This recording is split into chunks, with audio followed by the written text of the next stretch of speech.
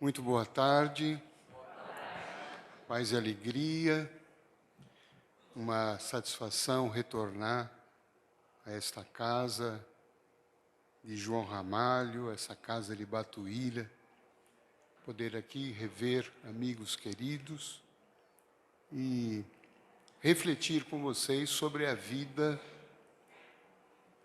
desta pessoa, desse ser que passou por nós, deixou uma história linda, uma história de amor a Jesus, uma história de amor ao ser humano, e que 800 anos depois da sua passagem, nós estamos aqui falando dele. E eu digo que estamos falando, e vamos falar hoje, de São Francisco de Assis. Reflexões que nós vamos extrair do um dos nossos livros, Simplesmente Francisco. Só para eu me situar, acho que todos aqui já ouviram falar de São Francisco, não? Quem já ouviu falar, levante a mão. Muitos o conhecem como o santo protetor dos animais, não é isso? Fala em São Francisco, já pensa no cachorrinho, no gatinho, não é? Mas nós vamos aqui perceber, e muitos provavelmente já conhecem, que a história dele vai muito além do que a sua ligação com os animais. Quando nós pensamos em São Francisco, nós pensamos também em o quê? Vocês vão me ajudar a fazer a palestra. Quando fala em São Francisco, qual a primeira palavra que vem na nossa cabeça? Depois de animalzinho. Humildade. É um ponto que eu acho que em São Francisco é muito evidente. O santo da humildade. A nossa irmã aqui fez a leitura das minhas atividades, né? Dos livros e demais atividades. Olha como São Francisco se apresentava. Ele dizia de si mesmo: Irmão Francisco, o mais insignificante dos vossos servos, sem valor e pecador, vos saúda. Se ele estivesse aqui, ao assumir essa tribuna, ele se apresentaria assim: o mais insignificante. Muito interessante. Nesses tempos de hoje, em que a maioria de nós quer ser muito significante, empoderado, famoso, destacado nas redes sociais, todo mundo quer estar acima, não é? O orgulho, que é uma característica nossa, não sei se tem aqui alguém orgulhoso, em São Paulo tem bastante, né? O orgulho, aquela sensação que nós somos melhores, que nós somos superiores, né? Que nós somos mais importantes do que os outros. E São Francisco fazia questão de se mostrar o mais insignificante, o menor. E outra coisa que ele diz: sem valor e pecador. Muito interessante isso, vocês não acham? Ele se declara publicamente. Isso não é uma coisa que ele falava, cochichava com alguém. Em todas as vezes em que ele se apresentava, ele fazia questão de dizer isto: eu sou o mais pecador. Aliás, certa feita, narramos aqui no livro, que um dia um companheiro lá de Frei Leão, que era companheiro de Francisco, eu diria um tanto enciumado, porque as pessoas gostavam muito de Francisco. As pessoas gostavam de ficar ao lado dele. Ele era jovem, ele era alegre, bondoso,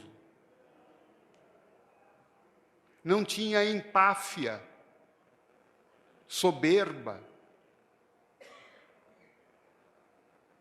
Tanto é que ele chamava as pessoas de irmão, irmã.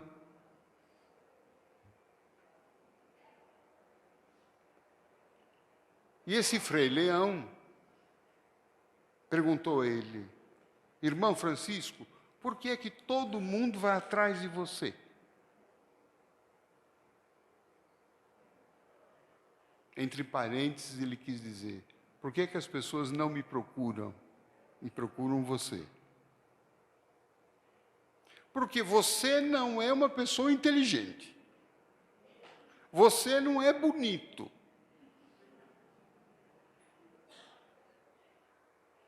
Você não é espiritualmente iluminado.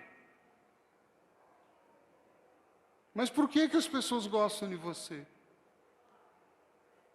E ele repetiu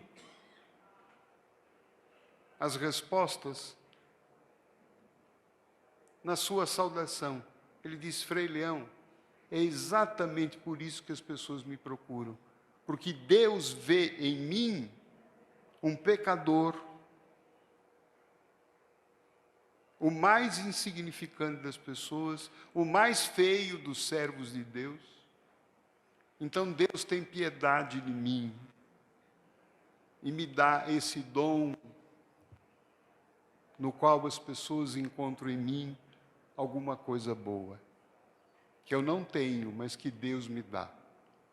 Então nós estamos falando desse santo que a história e os seus biógrafos registram que a última coisa que São Francisco quis ser era santo. Porque ao longo da vida dele, as virtudes dele foram surgindo, as pessoas cada vez mais atrás dele, e as pessoas já começavam a falar: este homem é um santo. E era algo que ele rejeitava, que ele fugia. O que me leva a pensar que os verdadeiros santos nem imaginam que o são. E aqueles que se dizem, talvez não sejam. Quando nós pensamos em São Francisco, nós imaginamos ele com todas essas características, né? Humildade, a proteção, o amor aos animais, a sua doçura, a sua brandura. Nós lembramos muito da oração de São Francisco, né? Senhor, fazei de mim um instrumento da vossa paz. Nós lembramos da simplicidade. Mas será que São Francisco já nasceu assim? Será que ao nascer ele já começou a falar com os pássaros, pregar sobre Deus, falar com os animais? Quando nós vamos se debruçar sobre a história dele, sobre as biografias, e eu aqui consultei pelo menos umas 30 biografias dele para poder escrever esse livro, sobretudo para poder compreender a trajetória dele. Porque nós imaginamos muitas vezes que São Francisco já nasceu santo. Embora não se negue que provavelmente ele seja um espírito do do ponto de vista da sua evolução espiritual. Alguém que já veio com uma bagagem espiritual indiscutível, acredita-se no meio espírita, por mensagens reveladas por Chico Xavier, que ele teria sido a reencarnação de João Evangelista, o discípulo amado de Jesus. Isso não impediu que, nos seus primeiros anos de vida, Francisco vivesse uma vida muito distante da santidade que nós imaginamos. O Francisco que a gente conhece ou tem alguma ideia, não tem nada a ver com o Francisco criança, adolescente e jovem.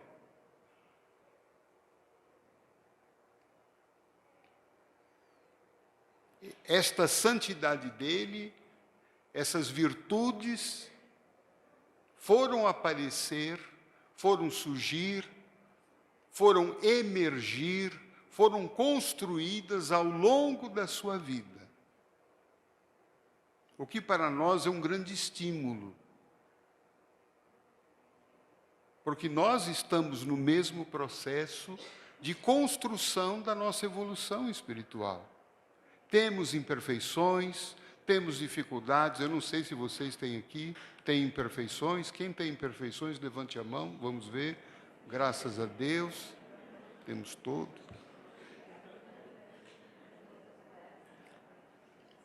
E Francisco também os teve.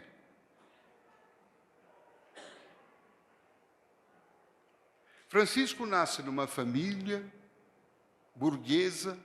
Seu pai era um rico comerciante de tecidos. Francisco sempre viveu do bom e do melhor, nunca teve dificuldades, nunca passou fome, nunca teve problemas maiores de sobrevivência. Ele não gostava, por exemplo, quando adolescente, de ir à igreja. Seus pais o obrigavam a ir na igreja. Algo que a nossa irmã falou aqui da evangelização, né? Não espere seu filho ter vontade, leve. Os pais de Francisco faziam a mesma coisa com ele, porque da vontade de Francisco, ele não queria. Achava as missas chatas, sonolentas. Por isso que, quando eu faço palestras, eu sempre peço a Francisco para não deixar ninguém dormir na palestra.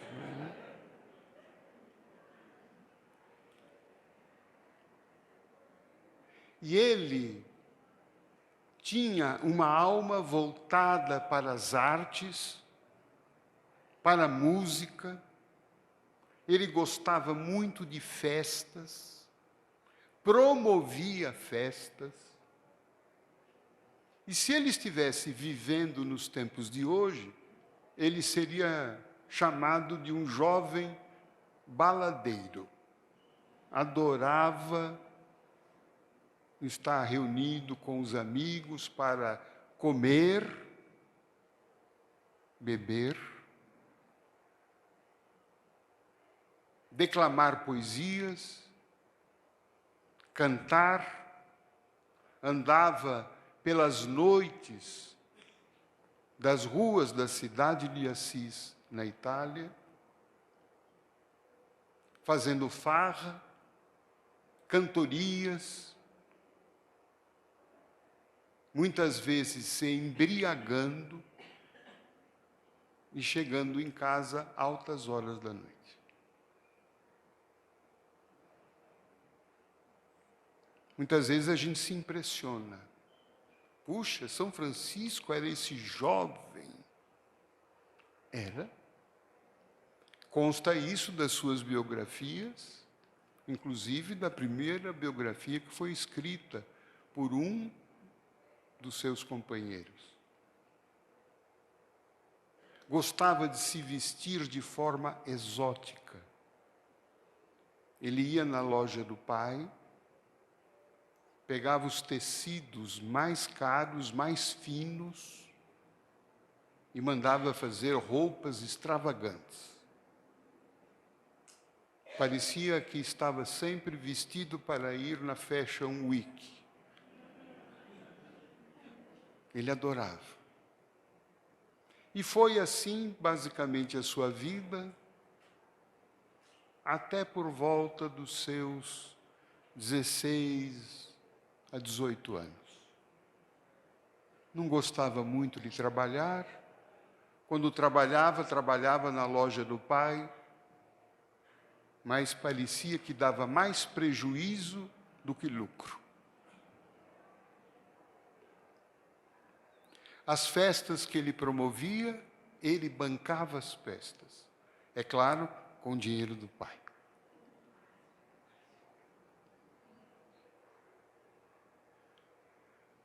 Ele tinha um sonho, porque dizem seus biógrafos que ele era muito vaidoso. Veja que curioso isso. Aquele homem que depois se transformou num homem desprendido, na sua juventude, era vaidoso. E a vaidade não era tanto das roupas, mas era uma vaidade do seu espírito. O que o levou, por exemplo, a querer participar das guerras tão comuns naquela época na Itália. E ele queria participar das guerras não porque ele gostava de guerrear, mas ele gostava das roupas das guerras, daqueles cavaleiros medievais. E o pai gastava fortunas para vesti-lo com aquelas roupas, armaduras. E era assim que ele gostava de ser reconhecido, a vaidade de ser um cavaleiro. No entanto, ao se alistar e ao participar da Primeira Guerra contra a vizinha cidade de Spoleto, ele foi capturado pelos inimigos, foi preso. Ficou 1 ano preso. E só conseguiu ser liberto porque seu pai pagou uma elevada soma de resgate. Francisco sai da cadeia, mas não sai mais aquele mesmo homem. Algo começava a mudar na história daquele jovem. Primeiro, ele sai com uma doença contraída na prisão, que foi a malária. Doença que o acompanhou até o fim da vida dele. Ele sai abatido, debilitado, passou muitos períodos com febre, mas não foi só a doença do corpo. Francisco saiu da prisão com um abatimento moral, um abatimento espiritual. Nada mais do que era agradável para ele antes, passou a ter sentido depois. Ele não queria ir mais às festas. Ele não queria ir mais se reunir com os seus amigos. Ele não gostava mais de participar dos festejos, dos saraus, das cantorias, das bebedeiras. Ele não gostava mais de estar com pessoas. Ele não queria mais sair de casa. Se Francisco fosse examinado por um médico de hoje, certamente o diagnóstico seria depressão.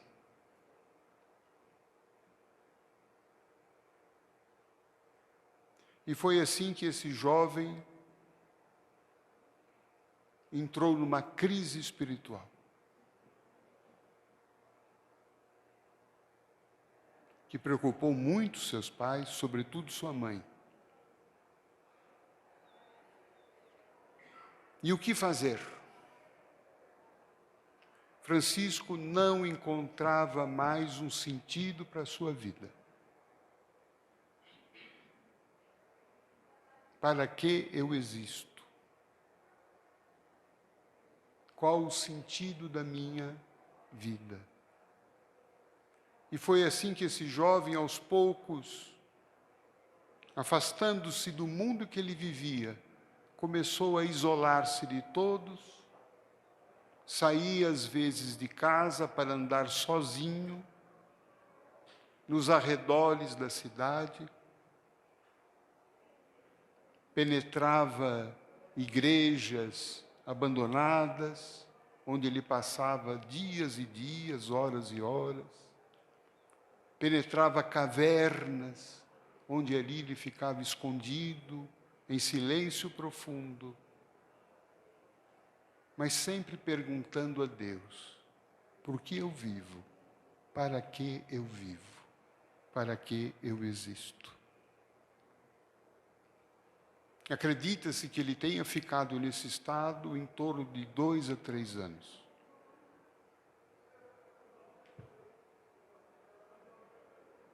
E uma angústia por não encontrar respostas. Um abatimento. Até o dia em que ele entra numa dessas igrejas em que ele costumava visitar, na região mais rural da cidade. Era a igreja de São Damiano, uma igrejinha pequena, abandonada, que estava praticamente em ruínas. E ele entra, e ali sentado no banco, olhando apenas para um crucifixo que havia no altar. E ele olha então para esse crucifixo e do fundo, mais profundo do seu ser, ele faz uma pergunta a Jesus: Senhor, me diga, eu imploro, o que queres que eu faça?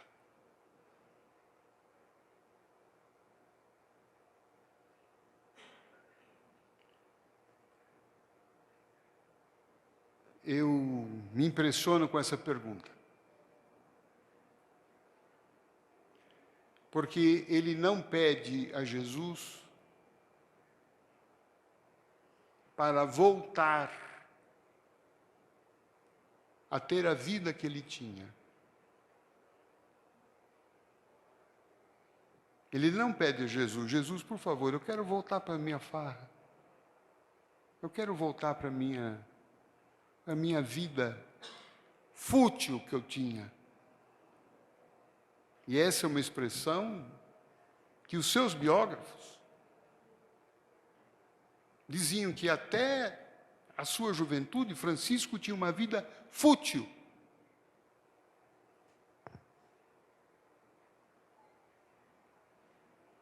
Ele não pede ali na igreja de São Damião que Deus restituísse a vida que ele tinha.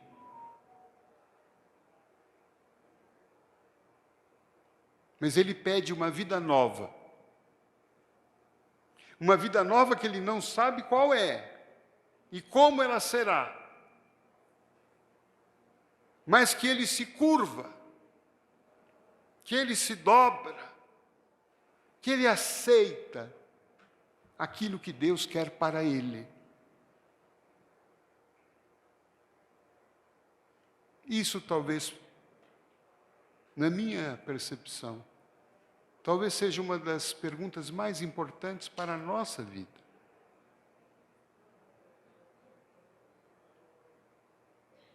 Às vezes, quando estamos na tarefa espírita, em nosso centro, recebendo pessoas na casa espírita, irmãos que estão adoentados, com diagnósticos de doenças graves, vão em busca de uma cura. Eu costumo perguntar, dê uma razão para Deus curar a sua vida.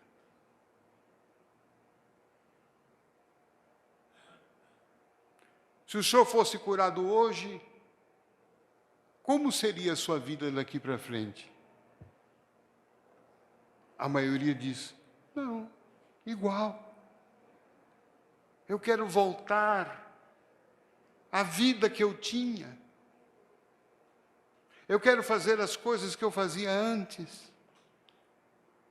E eu fico me perguntando, voltar à vida que tinha, vida esta que o levou à doença que hoje ele quer se curar.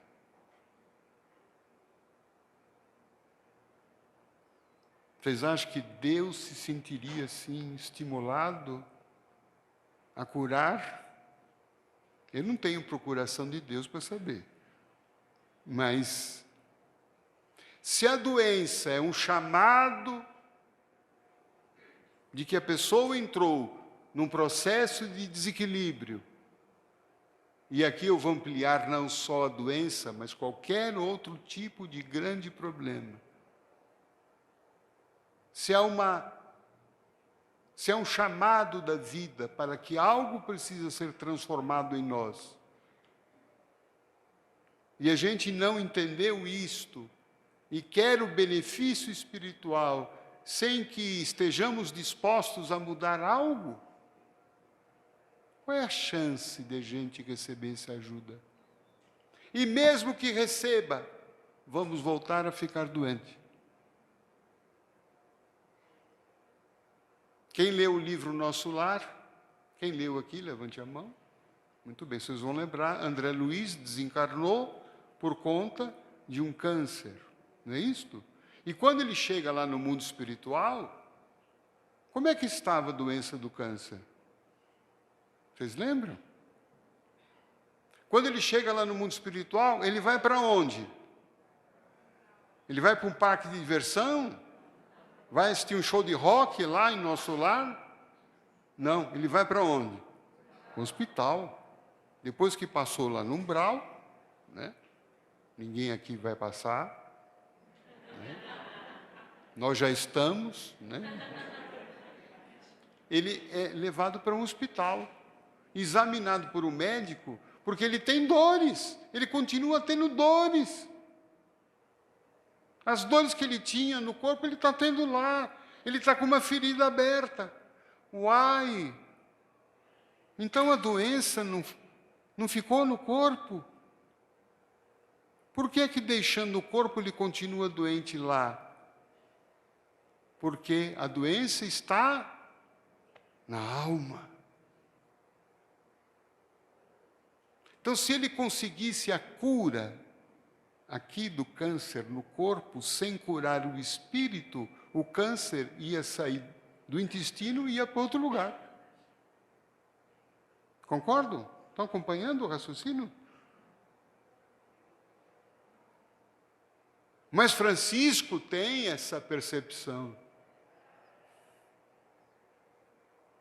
de transformação.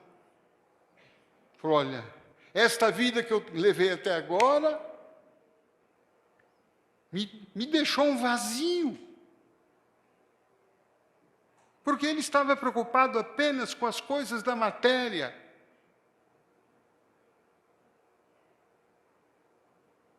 Comer, beber, dormir e fazer sexo. Não que tudo isso seja pecado, que não se deva fazer.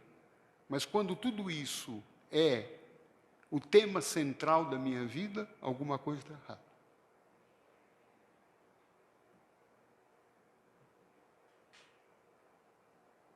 Tem lógica isso ou não? A gente precisa comer, beber, dormir e, eventualmente, fazer sexo.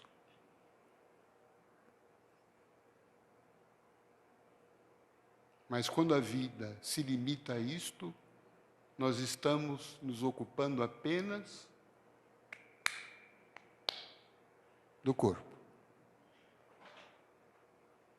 E nós não somos só um corpo. Concorda? Nós somos o quê? Nós somos um corpo que tem um espírito? É isso? Ou um espírito que tem um corpo? Percebe a diferença?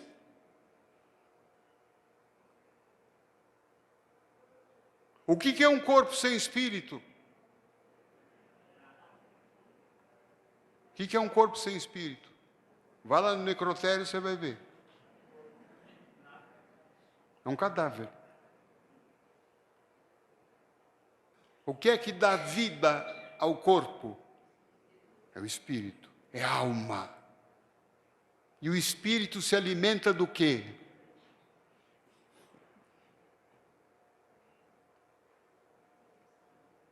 O espírito se alimenta das coisas espirituais, daquilo que Jesus falou: ajuntai tesouros no céu, que estão aqui na terra mesmo. E que basicamente são o quê? Os relacionamentos, o afeto, a ternura, o carinho, a bondade, o socorro, a caridade,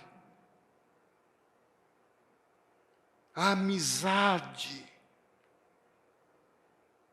a convivência. Isto aqui anima o espírito. Isso aqui é alimento para o espírito.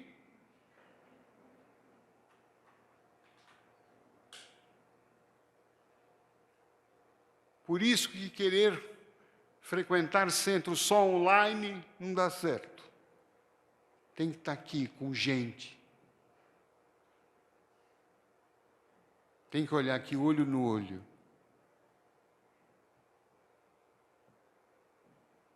Tem que se sentir pertencente a um grupo. Isto é humano e a gente se alimenta disto. Amizade, convivência familiar, são coisas que alimentam a nossa alma. E para Francisco, até então, ele não tinha alimento para a alma. Ele estava apenas cuidando dos interesses, dos apetites do corpo. O corpo que um dia a gente vai deixar. Não sei se já informaram vocês a esse respeito. Que um dia esse corpo vai ficar aqui, não é? E que a gente vai, né, para o mundo espiritual e deixa o corpo aqui. E tudo que corresponde à vida material, a gente deixa. Quando se lê um testamento, por exemplo, é muito interessante. A pessoa que faz o testamento, ela diz: olha, para fulano eu deixo isto, para Beltrano eu deixo aquilo. E eu acho engraçado esse verbo deixar, né, porque revela muito isto, né? Eu deixo porque eu não posso levar. Então eu deixo. Não é? Então, quando a gente percebe, deixa de alimentar a alma, que é o espírito, esse espírito começa o quê? Começa a murchar. Começa a se debilitar. Ele vai perdendo energia vital. Ele começa a adoecer.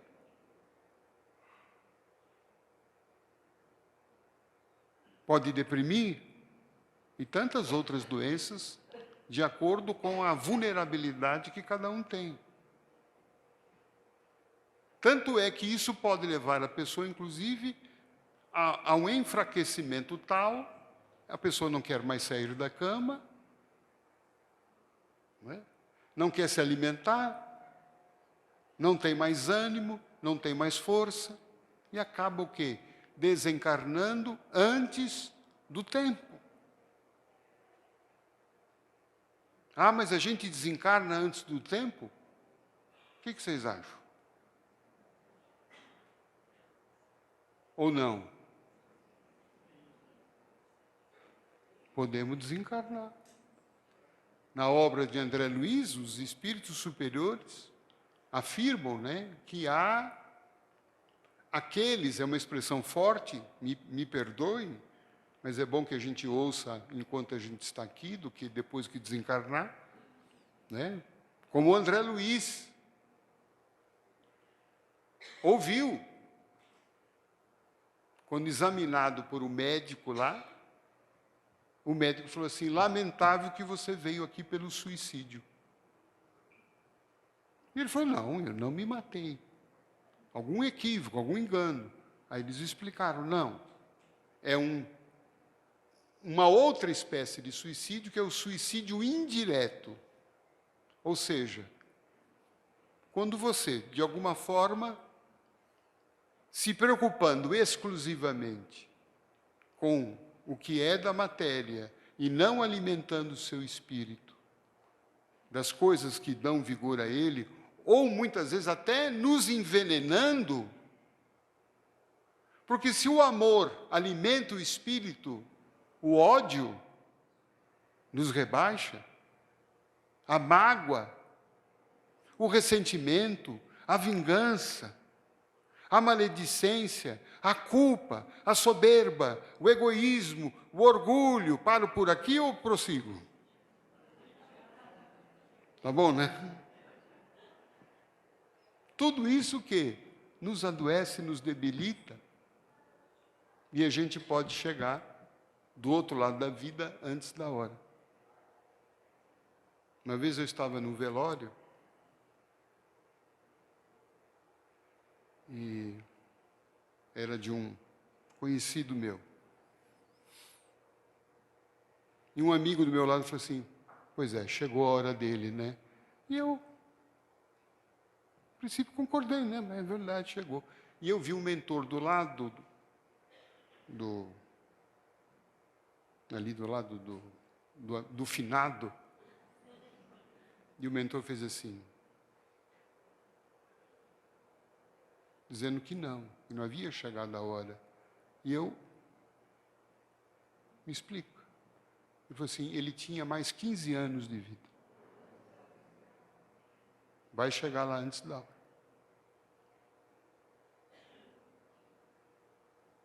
Francisco atravessou então esse momento. Mas ele conseguiu, teve a percepção de entender que a vida até então que ele estava levando, o caminho dele era terminar antes da hora. Por isso que ele faz essa pergunta, a princípio louca. E eu desafio aqui, inclusive desafio a mim mesmo, de a gente poder chegar para Deus, ter uma conversa com Ele hoje e falar isto. O que o senhor quer que eu faça? Já pensou a responsabilidade dessa pergunta? Vai que Deus fala.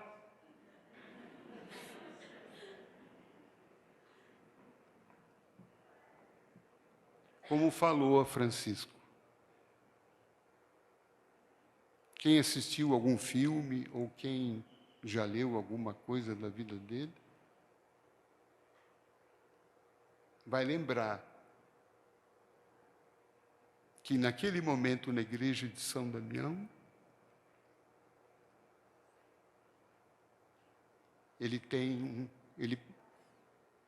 há um fenômeno espiritual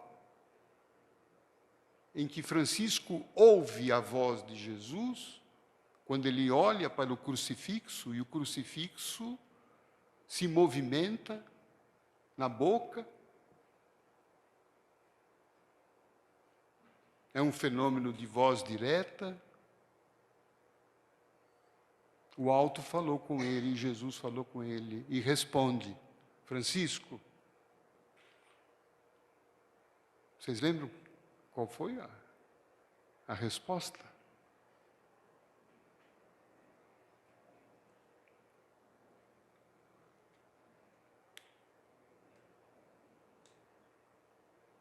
Eu poderia ser cruel com vocês e falar para você, olha, compre o livro que vocês vão saber, né? Mas ele ouve a voz do Cristo dizendo, Francisco, reconstrói a minha igreja.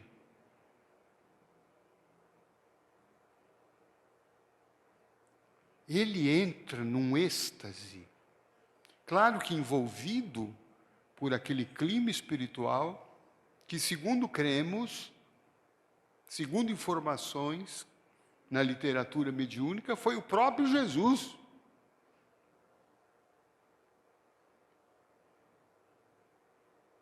Que ele ali estava falando com João Evangelista. Francisco, reconstrói a minha igreja. E Francisco entrou num êxtase espiritual, numa alegria. Ele foi invadido por um fogo, um ardor, um fervor, um êxtase. Mas o que era reconstruir igrejas?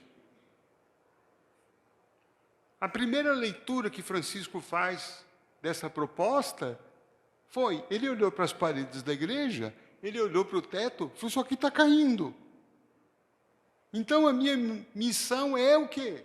Reformar essa igreja. A igreja de pedra. Mas ele ficou tão feliz com isso. Tão feliz. Que a partir daquele dia, ele começou a se dedicar a isso. Ia todos os dias e começou a arrecadar, pedir dinheiro na cidade para poder comprar material de construção, pedras e mais algumas coisas que eu não imagino que seja, para poder reconstruir, consertar a igreja, tirar as rachaduras, fazer pintura nova, trocar o telhado.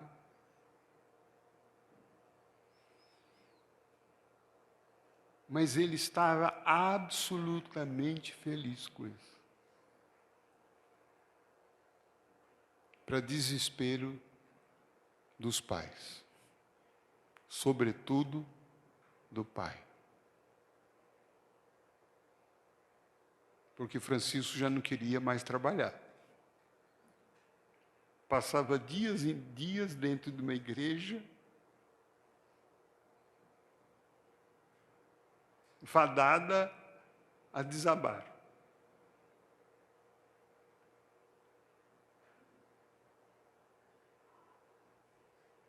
E aí então que começou os rumores de que Francisco estava louco.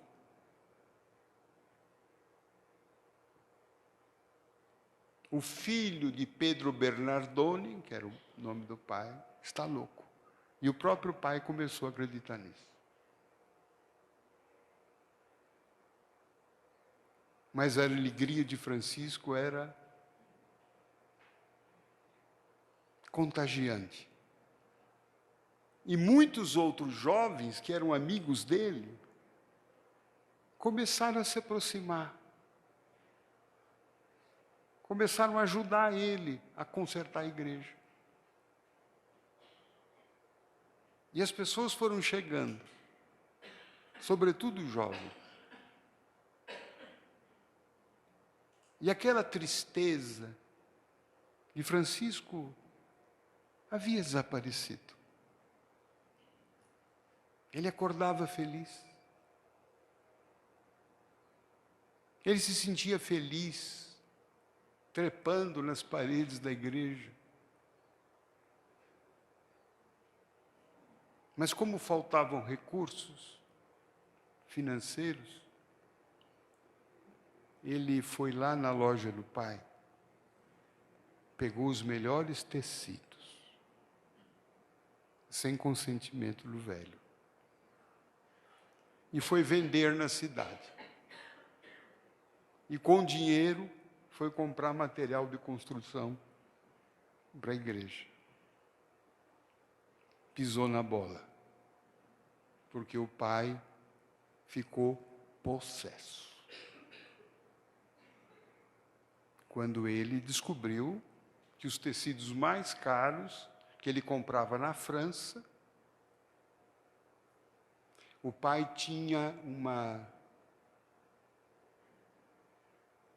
afeição muito grande pela França, onde ele fazia muitos negócios. Daí vem o nome de Francesco, uma derivação de pequeno francês. Ele quis homenagear a França. Porque a mãe havia escolhido o nome do filho de João, Giovanni. Mas o pai mudou. Enfim, quando o pai descobre e vê que o filho estava levando aquela vida pobre, aquela vida miserável, aquela vida de alguém pedindo esmolas nas ruas, o aspecto físico de Francisco, aquela vaidade foi desaparecendo. Ele não dava já tanta importância para a aparência, já não ia trabalhar. E aí, quando teve esse episódio da venda dos tecidos, o pai de Francisco resolveu, muito irado, fazer uma denúncia contra o filho junto ao bispo da cidade. Naquela época, os conflitos familiares não eram decididos por um juiz, eram decididos pela igreja, pelo bispo. E então o bispo recebeu a acusação e chamou Francisco. E aí então nós vamos talvez relembrar uma cena também antológica que alguns já podem ter visto em algum filme, quando a audiência que foi marcada pelo bispo, na presença do pai, na presença de Francisco, foi uma audiência pública ali, de frente da igreja, onde Francisco teria que se defender. E a alegação, depois que Francisco foi informado da acusação do pai, e o bispo pergunta o que ele poderia dizer em sua defesa, Francisco, então, ele tira toda a sua roupa, fica nu diante de todos, dobra bem a roupa e entrega ao pai dele, dizendo que, a partir daquele momento, ele não era mais filho de Pedro Bernardone, que o único pai que ele tinha era Deus. E ele deixa. Então foi um momento de ruptura dele com a estrutura familiar, porque ele percebeu que seria impossível ele continuar aquela missão dele, que o curou, mantendo o vínculo com o pai, que não aceitava, que não admitia. O pai chegou, inclusive, a trancá-lo numa prisão dentro do lar. Que Francisco só saiu porque a mãe, vocês sabem como é coração de mãe, foi lá e, quando o pai foi viajar, ela foi lá e abriu a porta para o filho escapar. E foi assim que Francisco prosseguiu durante uns 2, 3 anos, construindo igrejas. É claro que sentindo falta da mãe, sentindo falta do pai, ele tentou se aproximar do pai, mas o pai o rejeitou. O pai o chamava de louco. O pai tinha vergonha dele.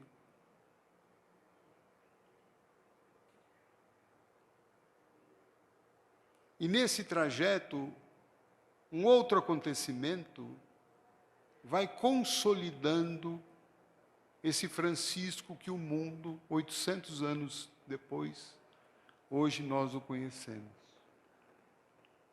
Ele andando nos arredores de Assis, depois de construir já 2 ou 3 igrejas, ele vê se aproximar um leproso. Era o termo que se usava na época. Hoje nós denominamos como o mal de Hansen, mas na época se falava, né, que as pessoas portadoras dessa doença eram leprosos. E Francisco tinha uma dificuldade muito grande de se aproximar, de estar perto de alguém com a lepra. Todas as vezes em que ele encontrava o leproso, ele saía correndo.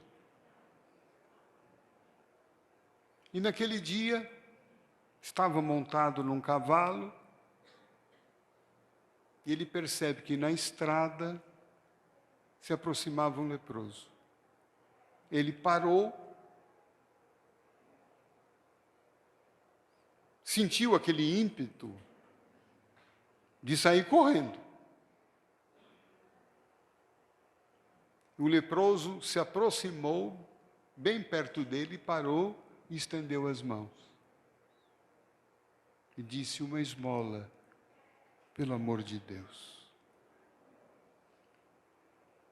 E Francisco pensou em fugir, mas novamente aquela pergunta na igreja de São Damião, e a resposta veio: Francisco, reconstrói a minha igreja. Naquele instante, Francisco percebeu que essas palavras do Cristo eram mais amplas do que reconstruir templos de pedra. Pareceu a ele muito claro que reconstruir a igreja significa reconstruir as relações humanas, muitas vezes que estão em ruínas, separadas por conflitos, por preconceitos, por disputas. Tão atual isso, né, gente? Não acha?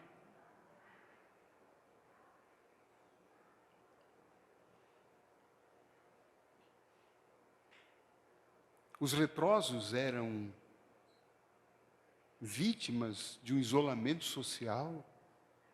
Naquela época, a pessoa que recebia o diagnóstico da lepra, ela era expulsa de casa. Era como se recebesse uma sentença de morte. Do ponto de vista da religião, se acreditava que a pessoa leprosa era impura. Aquilo era fruto dos pecados dela, e que Deus estava punindo. Então os leprosos tinham que se isolar das suas famílias, da sua convivência, tinham que dar a Deus.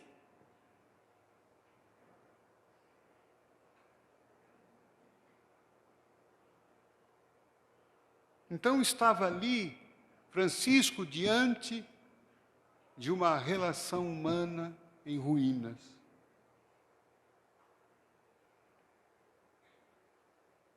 E o leproso de mãos estendidas. Uma esmola, pelo amor de Deus. E Francisco reflexionou: eu não posso ir embora. Eu não posso deixar. E ele então decide ficar. Ele salta do cavalo. Interessante essa ideia, né? Ele salta do cavalo. Ou seja, ele fica em pé de igualdade com o leproso. Ele põe a mão no bolso e encontra uma moedinha. E ele com uma certa dificuldade ainda, ele joga aquela moeda. A moeda bate nas mãos do leproso e cai no chão. E o leproso continua a suplicar: uma esmola, pelo amor de Deus. E Francisco pensa: mas eu já dei. Eu não tenho outra moeda. Uma esmola, pelo amor de Deus. E Francisco pensa: o que ele quer de mim? E ele conclui logo que o leproso não queria uma moeda, uma moedinha, como muitas vezes a gente dá para, às vezes, se livrar da pessoa. Eu me lembrei do dia em que eu estava no Farol, indo para uma palestra, parei no semáforo, havia uma amiga do meu lado direito, e veio uma criança de rua: tio, quer bala? E eu, assim, para me livrar da criança, peguei uma moedinha e dei para ele, e ele me deu 2 balas. Aí ele deu a volta e foi falar com a minha amiga do outro lado: tia, quer bala? Ela falou assim: não, muito obrigado, mas eu queria dizer para você que você é um menino muito bonito. Você é muito especial. Ele falou assim: é, tia? Ele falou: é, gostei de te ver. Ele pegou a mão, encheu no pacote de bala e deu para ela. E eu que dei uma moedinha, ganhei 2.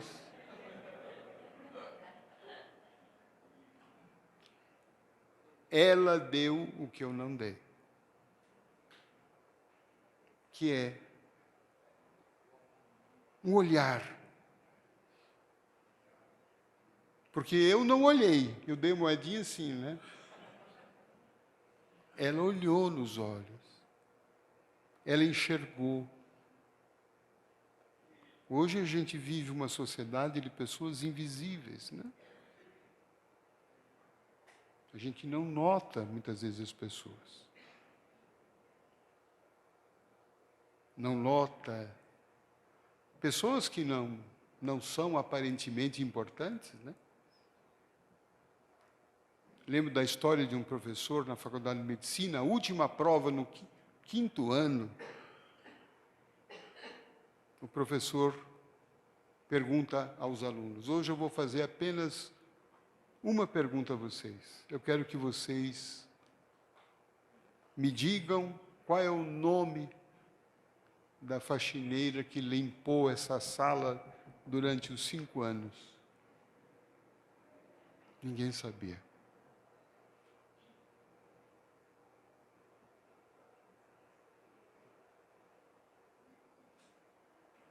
Chamar as pessoas pelo nome. Muitas vezes, em trabalhos, né? Ali no Grupo Esperança, com irmãos em situação de rua, a gente pergunta o nome deles: qual é o seu nome? Alguns demoram a responder, porque já esqueceram do nome que tinham. Porque ninguém pergunta. Então, naquele momento, Francisco percebeu isto e disse: ele não quer uma moedinha, ele quer algo de mim. E ele então se aproxima e dá um abraço. Sabe aqueles abraços mesmo, de coração? Enquanto abraça, ele fecha os olhos e ora a Jesus, dizendo: Jesus. Esse irmão tem a lepra no corpo e eu ainda tenho a lepra na alma. Me perdoe, Jesus. E abraça fortemente o leproso. O irmão leproso já queria se afastar do abraço e Francisco segurava. Dizem alguns biógrafos, isso não é unanimidade, mas há biógrafos sérios que dizem que quando Francisco termina esse abraço, ele abre os olhos, e quando ele abre os olhos, não era mais o leproso que ali estava, era Jesus. E Jesus diz a ele: Francesco, hoje você me amaste. Então eu fiquei pensando, quantas vezes nós deixamos de abraçar Jesus?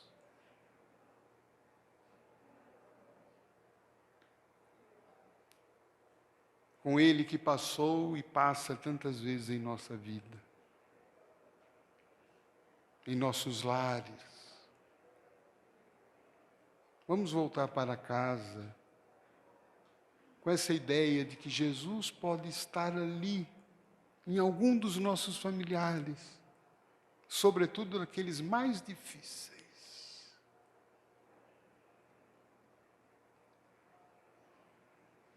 Estão esperando não uma esmola, uma moedinha, mas estão esperando a nossa atenção, o nosso olhar. Nós estamos vivendo numa sociedade de muitas aparências e de pouca essência. A gente olha nas redes sociais e acha que o mundo é todo feliz. Mas todos nós somos seres emocionais que precisamos sermos amados. E como vamos resolver esse dilema, já que todo mundo precisa ser amado? Quem aqui precisa ser amado, levante a mão. Vamos ver. Quem gosta de ser amado? Quem quer ser amado? Como vamos fazer se todo mundo quer a mesma coisa? Qual é a solução que Jesus nos trouxe e que Francisco soube tão bem viver?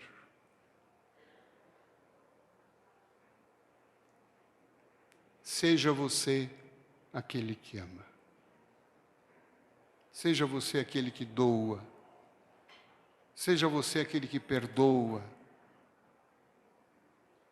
Seja você aquele que olha o outro, que entende, que compartilha, que é generoso, que é amigo, que é bondoso, que é leal, que é humilde, que é sereno.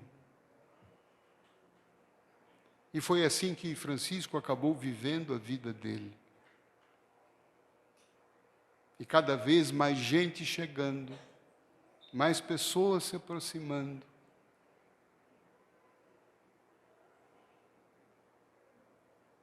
Mais viagens ele fez para o mundo e reconstruiu uma sociedade divina daqueles que são filhos de Deus.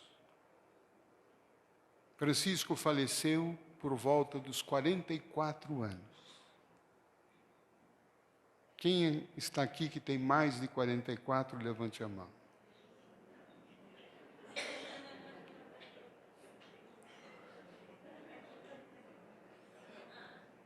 Isso quer dizer que a gente pode fazer muita coisa ainda, não é?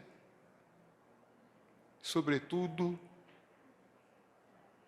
porque estamos cada vez mais necessitados de uma sociedade fraterna, justa, amorosa, solidária, uma sociedade que precisa valorizar a natureza, todos os grandes cientistas do mundo avisam que a gente está à beira de uma catástrofe climática. E Francisco tinha um amor pela natureza. O irmão Sol, a irmã Lua, a irmã Estrela, os irmãos animais, irmãos.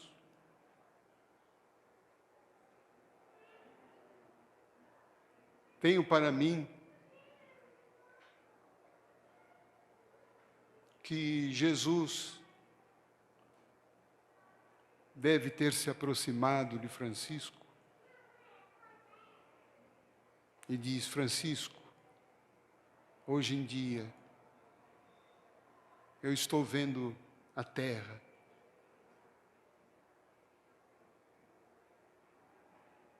Eu preciso de você. Reconstrói a minha igreja. E há pouco tempo, o caro irmão e médium Divaldo Pereira Franco revelou que Francisco deve reencarnar e já se prepara para estar entre nós por volta do ano de 2050. Então, aqueles que têm um pouquinho menos de 44 ainda terão essa oportunidade. Mas não vamos deixar para São Francisco resolver essa reconstrução sozinho.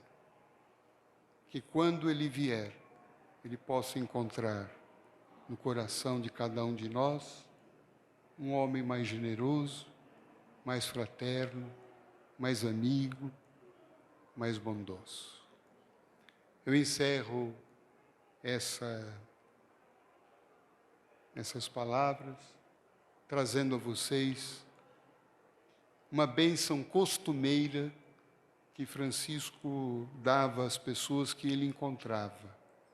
2 únicas palavras, mas em nome dele, com as palavras dele, agradecendo a atenção que me foi dispensada.